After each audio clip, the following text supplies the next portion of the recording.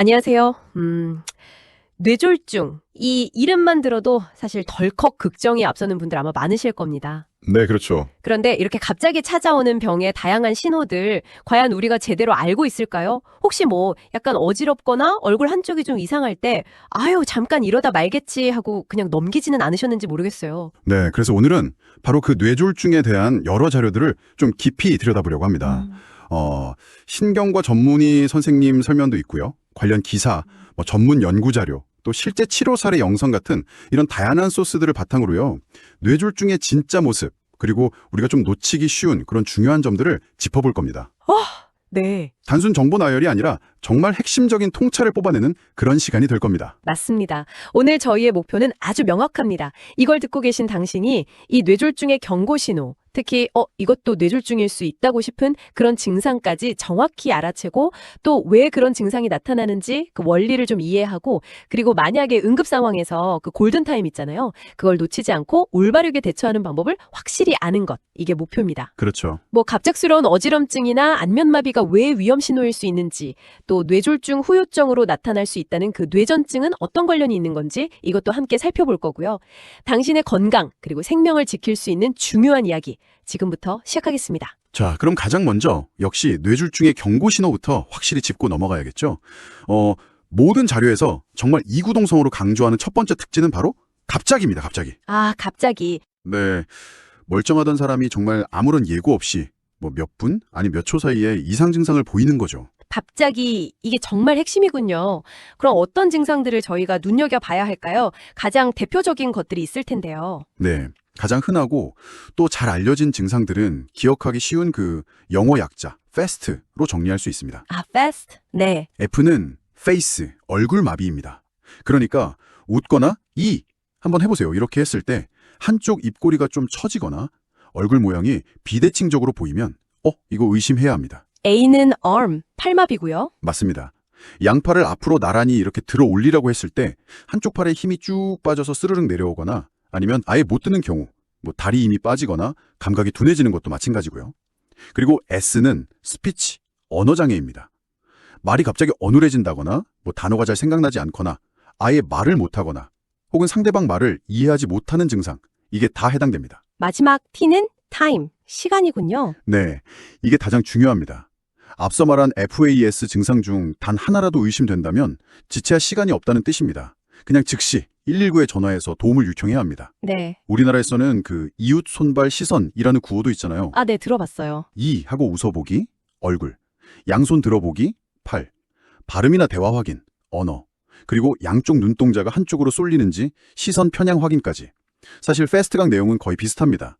중요한 건 이런 명확한 신호를 절대 놓치지 않는 거죠. 그런데 이런 좀 명확한 증상 말고요. 약간 애매하거나 아니면 다른 문제로 착각하기 쉬운 그런 신호들도 있지 않습니까? 예를 들면 어지럼증 같은 거요. 이게 살면서 누구나 한 번쯤은 겪는 증상이잖아요. 그렇죠. 흔하죠. 근데 이게 뇌졸중 신호일 수도 있다니까. 이게 좀 혼란스러운데요? 정확한 지적이십니다. 어지럼증은 정말 원인이 다양하죠.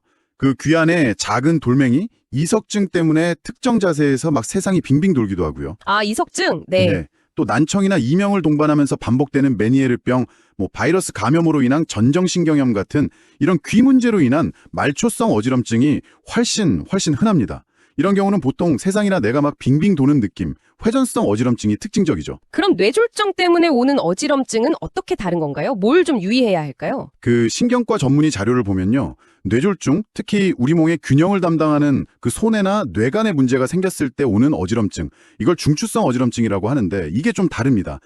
빙빙 도는 느낌보다는 몸의 균형을 잡기 힘들고 좀 비틀거린다거나 아니면 한쪽으로 쏠리는 느낌, 혹은 땅이 흔들리는 듯한 느낌일 수 있어요. 아, 느낌이 좀 다르군요. 네, 그리고 결정적으로 이런 어지럼증이 갑자기 그리고 아주 심하게 나타나면서 다른 신경학적 증상, 예를 들어서 팔다리 마비나 감각 이상, 아니면 물체가 두 개로 보이는 복시, 발음 이상 같은 게 같이 나타난다. 그러면 이건 정말 강력한 위험 신호입니다. 똑바로 걷기 힘들 정도로 균형 잡기가 어렵다. 그럼 더욱 의심해야 하고요. 아, 그러니까 단순히 그냥 어지럽다 이게 아니고 다른 신경계 증상이 함께 오는지 그게 중요한 판단 기준이 된다 이 말씀이시군요. 그렇습니다. 또 갑자기 한쪽 눈이 안 보이거나 시야의 절반이 가려지는 것 같거나 물체가 두 개로 겹쳐 보이는 복시 현상, 이것도 뇌졸중의 신호일 수 있습니다. 그리고 평생 경험해보지 못한 그런 극심한 두통 있잖아요. 망치로 맞은 것처럼. 갑자기 시작되고 특히 구토까지 동반된다면 이건 뇌출혈 가능성도 생각해야 합니다. 와, 듣고 보니 정말 신호가 다양하네요. 그런데 그 미니 뇌졸중이라고 불리는 것도 있지 않습니까? 증상이 잠깐 나타났다가 금방 사라지는 경우요. 이건 좀 괜찮은 건가요? 그게 바로 일과성 허혈 발작 TIA인데요. 절대 괜찮지 않습니다. 많은 분들이 잠깐 그랬다가 좋아졌으니까 다행이다 이렇게 생각하시는데 이게 아주 위험한 착각입니다. 왜 위험한 거죠? 증상이 없어졌는데도요. 증상은 사라졌을지 몰라도 뇌로 혈액을 공급하는 그 혈관에 심각한 문제가 생겼다는 아주 강력한 경고 신호이기 때문입니다. 비유를 하자면 큰 사고가 나기 전에 잠깐 울렸다가 그친 비상벨 같은 거죠. 비상벨. 네, 자료에 따르면 이 TIA를 경험한 사람은 그렇지 않은 사람에 비해서 며칠에서 몇 주 안에 실제 뇌경색이 발생할 위험이 정말 폭발적으로 증가합니다. 뇌 조직 손상이 아직 없거나 아주 미미할 뿐이지 혈관 문제는 그대로 남아있는 그야말로 시한폭탄 같은 상태일 수 있어요. 그렇군요. 따라서 증상이 잠깐 나타났다가 사라졌더라도 정말 반드시 즉시 병원에 가서 원인을 찾고 예방치료를 시작해야 합니다. TIA를 정말 경고로 받아들이는 게 중요하겠네요. 안면마비 얘기도 좀 해보죠. 갑자기 얼굴 한쪽이 마비되면 덜컥 이건 뇌졸중인가 겁부터 나는데요. 이것도 종류가 있다고요? 네, 맞습니다. 얼굴 마비는 크게 뇌졸중 때문에 생기는 중추성 마비하고요. 흔히 벨마비라고 부르는 바이러스 감염 등으로 인한 말초성 마비로 나뉩니다. 이걸 구분하는 데 좀 도움이 되는 간단한 방법이 하나 있는데요. 바로 이마주름 잡기입니다. 이마주름이요? 그걸로 구분이 돼요? 네, 그 신경과 전문의 설명에 따르면요. 뇌졸중으로 인한 중추성 안면마비는 보통 이마 근육은 영향을 받지 않아서 눈썹을 위로 이렇게 치켜 올리면 이마에 주름을 만들 수 있습니다. 하지만 말초성 안면마비는 이마 근육까지 마비되기 때문에 한쪽 이마에 주름이 잘 안 잡히죠. 물론 이것만으로 100% 진단할 수는 없어요. 당연히. 뇌졸중으로 인한 안면마비는 아까 말씀드린 것처럼 팔다리 마비나 언어장애 같은 다른 신경학적 증상을 동반하는 경우가 많으니까요. 하지만 이런 차이가 있다는 걸 알아두시면 좀 도움이 될 겁니다. 어떤 경우든 얼굴 마비가 오면 빨리 병원을 찾는 게 최선이고요. 그렇군요. 이마주름으로 어느 정도 감별점을 찾을 수 있다는 게 상당히 흥미롭네요. 자, 그럼 이렇게 다양한 증상을 유발하는 뇌졸중, 이게 도대체 왜 생기는 걸까요? 원인과 종류에 대해서 좀 더 파고 들어가 보죠. 뇌졸중은 크게 두 가지로 나뉩니다. 뇌혈관이 막혀서 발생하는 뇌경색, 이걸 허혈성 뇌졸중이라고 하고요. 또 뇌혈관이 터져서 발생하는 뇌출혈, 이건 출혈성 뇌졸중이라고 하죠. 네. 과거에는 우리나라가 위생이나 영양 상태 이런 것 때문에 뇌출혈이 더 많았다고 해요. 그런데 최근에는 고혈압, 당뇨, 고지혈증 같은 만성질환 관리가 좀 되면서 또 식습관 변화 영향 등으로 뇌경색이 전체 뇌졸중의 한 70에서 80%를 차지할 정도로 훨씬 흔해졌습니다. 뇌경색이 훨씬 많아졌군요. 그럼 이런 뇌졸중을 일으키는 위험 요인들, 특히 우리가 좀 신경 쓰고 관리할 수 있는 것들은 어떤 게 있을까요? 여러 위험 요인이 있지만 자료들은 정말 하나같이 이것만큼은 반드시 관리해야 한다고 강조합니다. 바로 고혈압입니다. 고혈압이요? 네. 이게 얼마나 중요하냐면 뇌졸중 환자의 절반 이상이 고혈압을 가지고 있고요. 고혈압이 있으면 정상 혈압인 사람보다 뇌졸중 발생 위험이 무려 4배에서 5배나 높아진다고 합니다. 4~5배요? 와, 정말 엄청난 수치네요. 그럼 혈압 관리가 뇌졸중 예방의 핵심 중에 핵심이군요. 그렇습니다. 혈압 관리만 잘해도 뇌졸중 위험을 거의 절반 가까이 줄일 수 있다는 연구 결과도 있습니다. 그 외에도 당연히 흡연은 혈액을 끈적이게 하고 혈관벽을 손상시켜서 뇌졸중 위험을 2배 이상 높이고요. 당뇨병 역시 혈관 건강에 악영향을 미쳐서 뇌졸중 위험을 높이고 예후도 나쁘게 만들죠.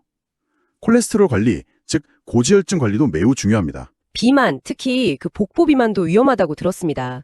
허리둘레가 늘어날수록 위험하다던데요. 맞습니다. 단순히 그냥 살이 찌는 게 문제가 아니고요.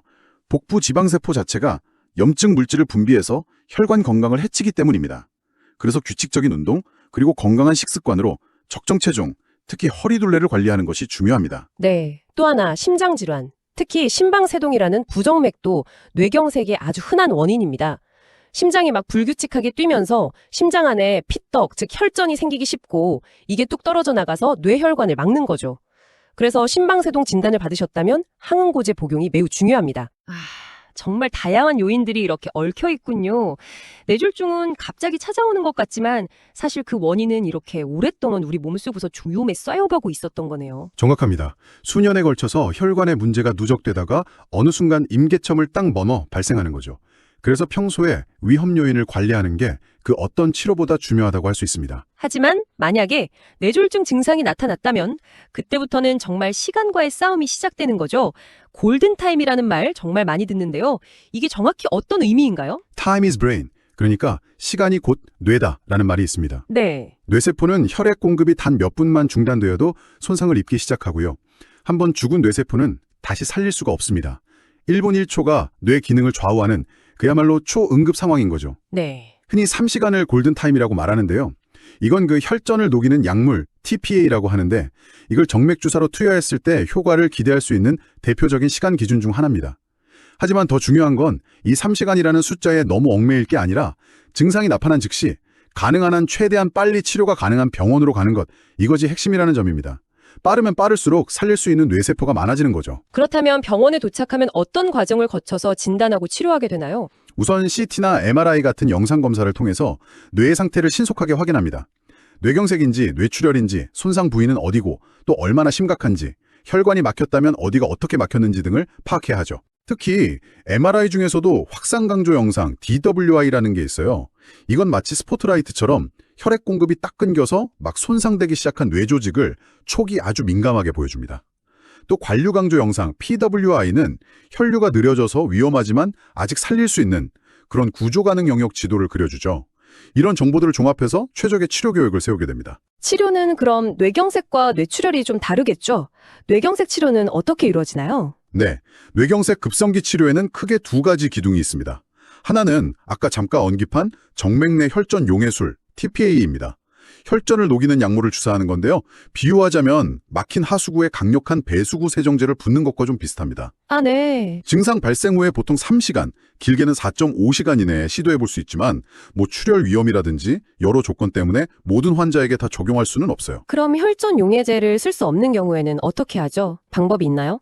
다행히 최근에는 훨씬 더 효과적인 방법이 표준 치료로 자리 잡았습니다. 바로 동맥내 혈전 제거술입니다. 혈전 제거술이요? 네, 이건 가느다란 관, 카테터라고 하는데요. 이걸 사타구니 혈관을 통해서 뇌혈관까지 직접 집어넣어서 혈관을 딱 막고 있는 그 혈전을 물리적으로 끄집어내는 시술입니다. 하수구에 직접 도구를 넣어서 막힌 것을 뚫어내는 것과 같죠. 와, 증상 발생 후 최대 8시간, 경우에 따라서는 24시간까지도 시도해 볼 수 있고요. 특히 큰 혈관이 막힌 경우에 효과가 매우 좋습니다. 정말 시술 직후에 마비됐던 팔다리가 움직이고 말을 못하던 환자가 말을 하는 정말 극적인 호전을 보이는 경우도 많습니다. 와, 정말 기술이 많이 발전했네요. 그럼 뇌출혈의 경우는 어떤가요? 뇌출혈은 혈관이 터진 원인하고 위치에 따라서 치료가 달라집니다. 고혈압 때문에 뇌 실질 내에 출혈이 생긴 경우 만약 혈종의 크기가 크거나 뇌압이 높으면 응급수술로 그 혈종을 제거하기도 하고요. 반면에 뇌혈관이 꽈리처럼 부풀어 오른 뇌 동맥류가 터져서 생긴 지주막하 출혈이라면 그 터진 동맥류를 클립으로 딱 묶는 수술을 하거나 아니면 혈관 안으로 들어가서 백금 코일 같은 것으로 동맥류를 채워서 막는 색전술을 시행해서 다시 터지는 것을 막는 게 급선무입니다.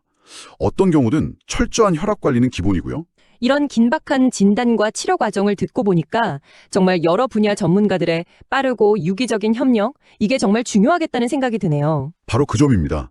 119 구급대원의 빠른 판단과 이송부터 시작해서 응급실에서의 신속한 초기 대응, 신경과 신경외과, 영상의학과 전문의의 정확한 진단과 치료 결정, 그리고 그 이후에 재활의학과, 간호인력 등 여러 분야 전문가들의 아주 긴밀한 팀워크가 환자의 생존율과 또 회복 정도를 결정짓습니다. 그래서 뇌졸중 치료 시스템이 잘 갖춰진 병원으로 가는 것이 중요합니다. 네, 앞서 뇌졸중의 다양한 증상들을 이야기했는데요.